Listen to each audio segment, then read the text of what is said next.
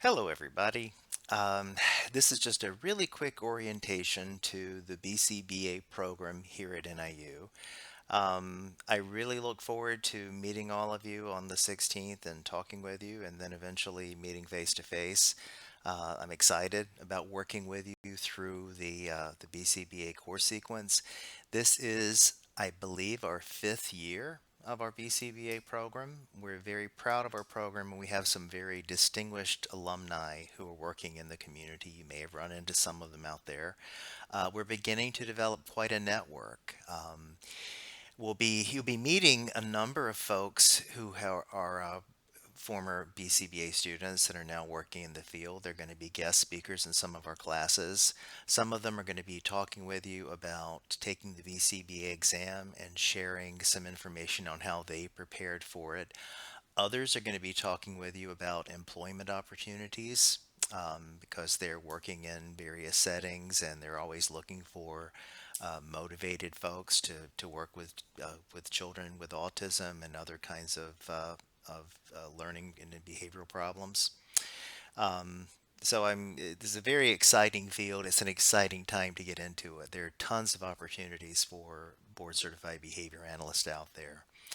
I had a meeting with the school district this week, and the director of student services, said, there aren't enough qualified behavior analysts out there to help us, and so it's a good opportunity, and we'll be talking about that as we move through the course and other courses. So what I want to do in this really quick presentation is just give you an overview. This may be some information that's not new to some of you, and for others this may be very new. But I just wanted to go through how the BCBA program is laid out, and then talk about what you need to do to get started. I'm putting a few documents up on Blackboard this week for you to read, and I'll be referring to those. And I'm going to just talk in general about the pathway to becoming a board certified behavior analyst. If you haven't done so, what you should do right away, and I'll talk about this a little later, set up an account on the um, Behavior Analyst Certification Board website. That's bacb.com. When you bring up that website, you'll see a tab at the top that says My Account. Well, you don't have an account yet, but if you click on it, you'll see an option for registering or setting up an account. Click on that and just follow the instructions. Identify yourself as being part of the Northern Illinois University verified course sequence and fill in all the information. This is an account that you're going to use as you go through the program and meet the different requirements. You're going to be logging your experience hours based on information you're getting from that website. Um, you're also eventually going to use that account when you apply to take the BCBA exam. So let's talk about what are the requirements. Most of you, well, pretty much all of you, are going to be completing option one. So if you go on the website and you click on BCBA or becoming a board certified behavior analyst, there are different options. Some of them are options for people who have been working as a behavior analyst for a number of years. We're going to focus on option one because that's really the one that you're going to be using. So with option one is based on coursework. There are three requirements. There's a degree requirement, a coursework requirement, and a supervised experience requirement. Once you meet all three of those requirements, only then can you apply to take the BCBA exam. And then, of course, you have to pass the BCBA exam, and then you become a board certified behavior analyst. So I'm going to talk about each one of these requirements individually. Currently, we're still on the fourth edition task list. The task list is a list of content items and requirements or standards for becoming a board certified behavior analyst. We started our BCBA course sequence in 2015, and we were starting out with the fourth edition task list. You're actually the first group of people to start out with the fifth edition task list. So this is a fifth edition task list program you're beginning. The fifth edition is going to go into effect for anyone who applies to take the exam after January 1st, 2022. We'll talk about what that involves. So the couple of changes have happened. One of the changes is with the fourth edition, you had to have a master's degree in psychology, education, or behavior analysis. It had to be in one of those three fields. And of course, special education is part of education, so is education administration. And they didn't really specify which area of psychology your master's could be in. There is such a thing as a master's degree in behavior analysis. There aren't very many of them, but there's some out there. Um, so you had to have one of these master's degrees. And you could take the BCBA coursework either as part of your master's degree or after you had it. So, a lot of folks who, many of you already have a master's degree and you're applying for this course sequence. Well, with the new standards, the fifth edition task list, that degree requirement has been expanded to include any master's degree from an accredited university. So if you have a master's degree in social work or speech and language pathology or any other area, you will meet the degree requirement for applying after January 1st, 2022. Um, I'm happy about some aspects of that. I'm very happy that folks with the social work master's degree or speech and language pathology master's degree can take the BCBA course sequence because often those folks are involved with doing functional behavior assessments. It does bother me a little that someone with a master's degree in English literature could also just take the course sequence. My concern is that they cast the net a bit wide. I would have liked to have seen them add a few more very relevant degrees, such as social work or speech and language pathology, but they decided just to open it wide open, so to speak. So if you've got an accredited master's degree, you don't have to do anything other than take the approved course sequence, which we'll talk about in a second. Some people go ahead and take the additional courses to get a master's degree just because they felt it gave them more credibility. We've had a number of people do that because it is just three additional courses.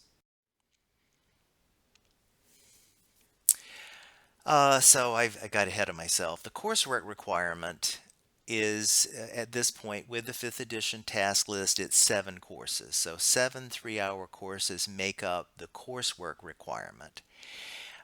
Um,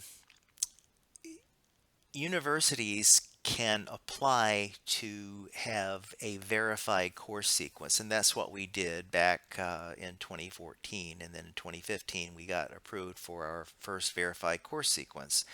Um, it means that the courses have been pre-approved.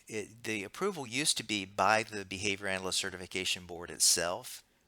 They have recently switched that responsibility over to the Association for Behavior Analysts International, which is the professional organization of behavior analysis. So I submitted our last renewal and this new program last December to the Behavior Analyst Certification Board. When I submit the renewal of it this December, is going to be to a different organization. And I think that's a positive thing because the Association for Behavior Analysis is in a better position to monitor the quality of university programs. So, once you complete a verified course sequence, you don't have to submit syllabi or anything else. When you submit your application to take the BCBA exam, all you have to do is send your transcripts that you completed the course sequence. These 7 courses make up the NIU verified course sequence in behavior analysis. So there's 554 that you're taking now. Many of you are taking 711, the ethics course, and some of you are going to take that later. In addition, we have the 603 that focuses on functional behavior assessment for the field of behavior analysis. It's a more advanced functional behavior assessment course than people in a teacher education program take. And there's a course called Concepts and Principles of Behavior Analysis. That's one I'm teaching right now for folks who started last fall. So right now I'm teaching that course based on the 4th edition task list. Later when you take it, it's going to be based on the 5th edition task list. That course is strongly built around the BCBA exam and helping you prepare for that exam, among other things. And there's a course called Advanced Applied Behavior Analysis, Research-Based Practices for Individuals with Autism Spectrum Disorder. This course focuses more on the instructional tools that you use to teach students with autism as well as students with other disabilities. There's a course called Behavioral Applications. This course focuses more on working with staff. How do you train other people? As a behavior analyst, you're going to be responsible for teaching other individuals how to implement behavioral interventions and how to collect the appropriate data. That course is designed to give you the skills to do that. And then finally, there is our single case research design course, which is a really cool course, and it teaches you not only how to design good research studies, but also how to evaluate whether or not an intervention is actually effective. So it gives you a set of tools that you're going to use, whether or not you actually go on to conduct research or not. It's a set of skills that's very important to being a competent behavior analyst. So those 7 courses make up our BCBA sequence. They also make up the Certificate of Graduate Study in Behavior Analysis. So what that is, that's an additional credential that you get just from NIU for completing the courses, and it also meets the coursework requirements for taking the BCBA exam based on the 5th edition task list. Some of you are going to go on to complete a master's degree. Our master's degree is 30 hours, and it's at this point it's advanced practices with an emphasis on behavior analysis. So since our BCBA sequence is 7 3-hour courses, that's 21 hours. 9 additional hours are needed for a master's degree. One of those is SESE 592, Seminar in Special Education. That's a course that all master's students are required to take. It's not specific to behavior analysis. But it's a good course because it does deal with how to research the literature and how to write up an introduction to a research study. So it's a good one to prepare you for that research course you'll take later on. The other 2 courses we've selected because they focus more on working with children with emotional and behavioral disorders. 606 is focused on methods of teaching students with emotional and behavioral disorders, and 578 is a course that covers recent research and trends in the field of emotional and behavioral disorders.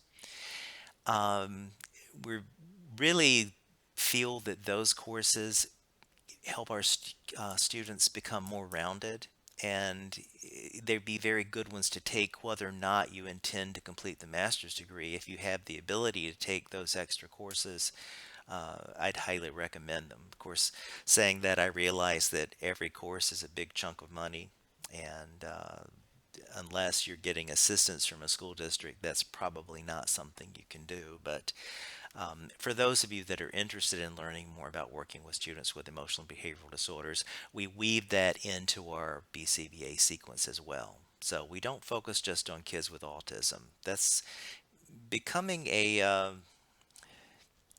it's sort of an assumption people often have about the field of behavior analysis. It only works with kids with developmental disabilities and kids with autism. That's absolutely not true, and we're going to see that really clearly as you go through the sequence.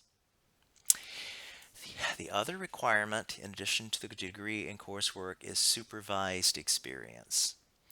Now, in addition to the change in the degree requirement, the Behavior Analyst Certification Board is also changing the number of hours required for supervised experience. The current number is 1,500 hours. So 1,500 hours have to be completed in order to apply for the BCBA exam 4th edition task list. That number is being changed to 2,000 hours. They're increasing it by 500 hours, which is a lot, but that's just the way it is. So in addition, they did something else. Some of you have already asked me about university practicum or intensive practica because you talked to an NIU alumni and the person said, oh yeah, I did an intensive practicum. And unfortunately, the Behavior Analyst Certification Board eliminated the practicum and intensive practicum university options. You used to be able to either take a university practicum course or an intensive practicum course and take fewer hours to meet the supervised experience requirement. that no longer exists, that has been taken away. Um, so there's no way around logging 2,000 hours. So we'll be talking more about the experience requirement. In the meantime, there's a document that is available. It's available on the Behavior Analyst Certification Board website. It's also on Blackboard. I put it in the folder for next week. Look under on the Blackboard site, weekly modules. Each week you'll have a folder that includes all the content you're going to need for that week. So if there's articles or instructions, I'll always put it in a folder and it's organized by week. So, get used to checking that periodically. Also, check your NIU email really frequently. When I send messages out to Blackboard, from Blackboard, they always go to that NIU email account. And I don't have the ability to set that up to go to other email accounts. For security reasons, the university doesn't want us doing that. Um, get familiar with the website and get familiar between now and next week on the 16th. Read those experience standards, and as you read them, write down questions. They can be a little confusing, especially what kinds of activities can count, what can't count. You might be surprised at what actually does count. Typically, people behavior behavior analytic activities encompass much more than just developing behavior plans or working with kids with challenging behavior. It also includes developing instructional programs based on behavioral principles, training staff how to implement interventions, doing observations or assessments or collecting data about that you're going to use to develop some kind of behaviorally based intervention. So read that document and write down some questions. We'll have some discussion about it when we meet on the 16th. Um, I already said that about the university practicum course that we no longer offer because the Behavior Analyst Certification Board eliminated it. They didn't ask me when they did that; they just did it. The question is, when can you begin accumulating experience hours? Well, you can actually start now. You can start accumulating hours as soon as you begin a verified course sequence. So, as of now, you have begun a verified course sequence. So, you can start accumulating hours, but you have to be supervised by a board certified behavior analyst who meets the requirements for supervision. So, part of the requirements is they have to complete an 8 hour training on being a supervisor. I had to do that. They could do it online, but it is 8 hours, and it's not terribly exciting. But in the future, that requirement is going to change. They're going to require individuals to be BCBAs for a period of time, I think a year or so, before they can start doing supervision. Um, a lot of other changes are happening as well. Your supervisor will be aware of those, though. So you have to have a contract with a supervisor, a BCBA supervisor, before you can start logging hours. And as I said, we used to offer a course through which students could get supervision. We're no longer able to do that. So that means you are going to have to find your own supervisor. Um, Many of you, what I highly recommend at this point is start working with some agency or program through which you can get experience and supervision. So if you're working in a school setting and there's no BCBA available that can supervise you, um, at this point it would be good to start looking at other options for working in the evenings or weekends or summers. I know that most programs have been sort of inundated with people that want to just come in and get supervision. They want people to commit for a period of time. And I certainly understand that. So don't expect to just be able to go and work for a couple of months in the summer and get supervision. They would want people to start and commit to a longer period of time, like 6 months or a year. And the reason is because they have to invest time in training people and going through orientation and other things. And so it's certainly an investment on their part. We'll be talking about that as well, and I'm going to have some guest speakers come in with some different options of many of our graduates are working in programs and looking for people to come and work. You also have the option of contracting with someone to do supervision. Um, there's a registry of supervisors on the Behavior Analyst Certification Board website, and we'll talk more about that as well. Not going to dwell on it right now, but everybody gets freaked out about the BCBA exam. It's a it's an obstacle, but it's not one that is insurmountable. It's we'll be spending a lot of time talking about the structure of it. We'll have people who have taken it come and talk with you. I took it many years ago. But I was involved in a group of people a couple of years ago that reviewed the exam and wrote questions for it. So I actually went out to Colorado and spent several days at the Behavior Analyst Certification Board headquarters reviewing the exam and writing new questions for it. So um, we'll be working a lot on giving you the skills you need to the content knowledge and then the skills to study for that exam. Um, It's offered 4 times a year, so be aware of that. It's offered in February, May, August, and November. So when you plan, let's say your goal is to take the exam in May of 2022, that means that you have to meet all the requirements before you can apply to take the exam. So if the exam is during the month of May, and I think you can take it for multiple days, it's offered at Pearson testing centers. I think the deadline would be sometime in April, I believe. I have to check the website. So it may be April 1st or the end of March.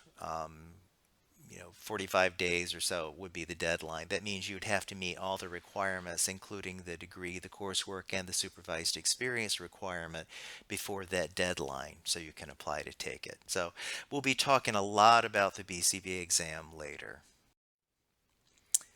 Um, so where do you go from here? Uh, please review, if you haven't used Blackboard Collaborate before, there's a link here.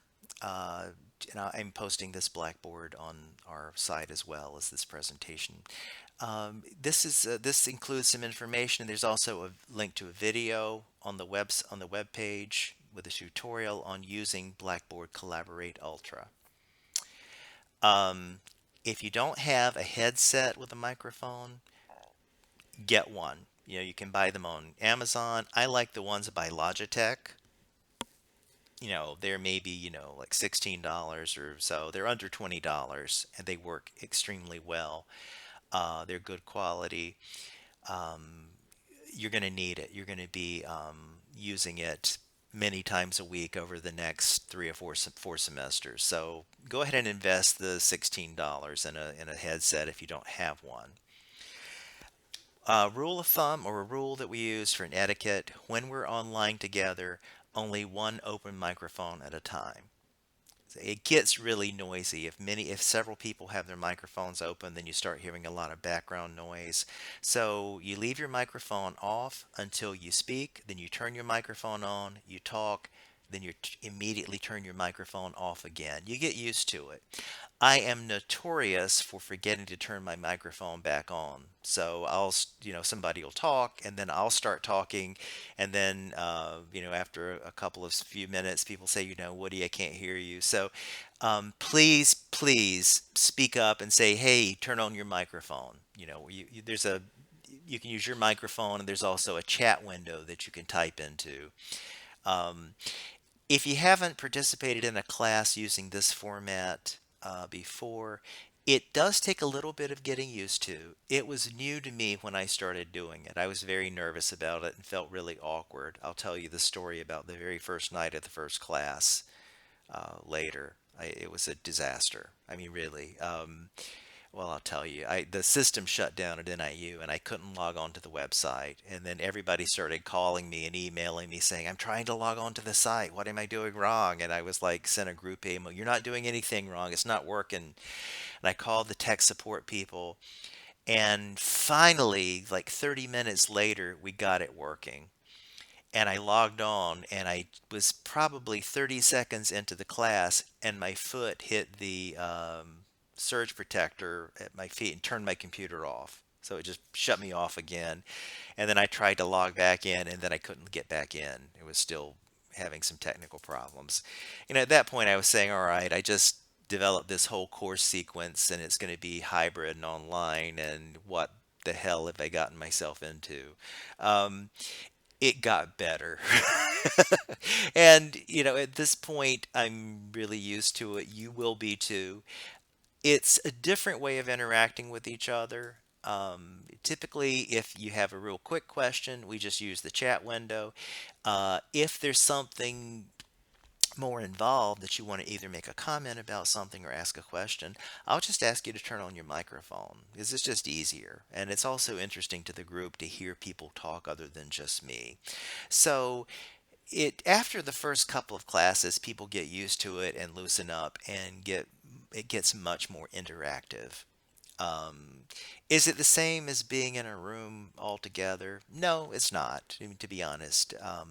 But it's pretty good. Um, it is communicating in real time, and it's it's a lot easier than driving 2.5 hours in the winter in northern Illinois. So on those winter nights when we have snowstorms and you can log into class at home, you're going to appreciate it. I certainly do. And the fact that we have those 2 Saturdays for each class when we get together and actually spend time together also makes it work really well. You do develop a sense of community. You get to know the other people that are in your cohort. At the end of this, when you've gone through all the classes with this group of people, you're going to know them, and we frequently have people making connections that lead to jobs and other kinds of opportunities. So it's a good network, it's a good community to get involved with. So if you haven't done so, go to the Behavior Analyst Certification Board website, set up your account. Do that today. It's got tons of information on there that you can start reading. Become familiar with the experience standards. I'm going to put a copy on our Blackboard site, also located on the Behavior Analyst Certification Board website. Find out where it is, and that way you've always got access to it. In addition, I'm going to post the 5th edition task list. You can also find that on the Behavior Analyst Certification Board website. Uh, look through the task list, look at the different items, and then what I'd like you to do, go through our syllabus for our course and look at the content we're going to be covering just in this course. As you go through the sequence of 7 courses, we're going to cover every single item on that task list. So everything on there is going to be covered. And my goal is for you to complete this course sequence and believe that you have the foundation for being a competent professional behavior analyst and acing the BCBA exam. We'll talk a lot about that later. Um, so the Relias materials, as of this morning, they were available again. Go ahead and purchase those today if you can, because I need to set up an account for you. So a couple of people this morning have already sent me a screenshot. So once you make the purchase, you'll get a screen that will, again, I'm not sure if it's an email or if it's a screen that you'll see once you make the purchase, but it's a confirmation of your purchase. I need that to set up your account. So I have sworn an oath to Relias that I'll only set up your account once I have confirmation that you made the purchase from the bookstore. So please send that to me. Um, Sometime tonight, I'll probably start setting those up.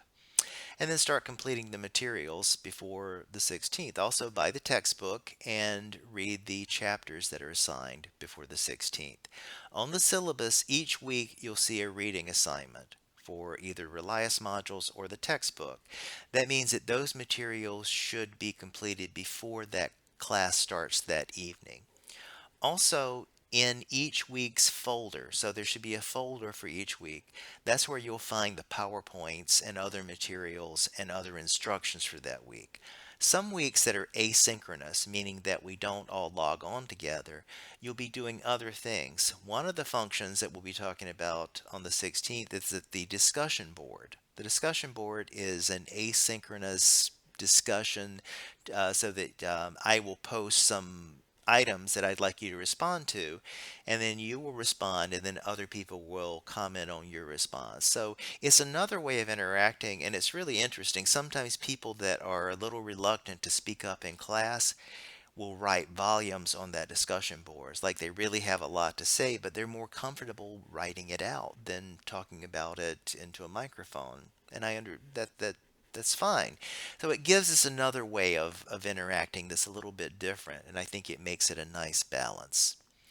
So hopefully this gave you a little bit of an introduction. And gave you some stuff to become familiar with. You've got some assignments now. Read about the experience requirement, go through the task list, get the Relias modules, complete those, and then read the assignments in the textbook, and then write down any questions. We can have some discussion about those when we log on the 16th. So I hope you all have a good start of your school year or your work.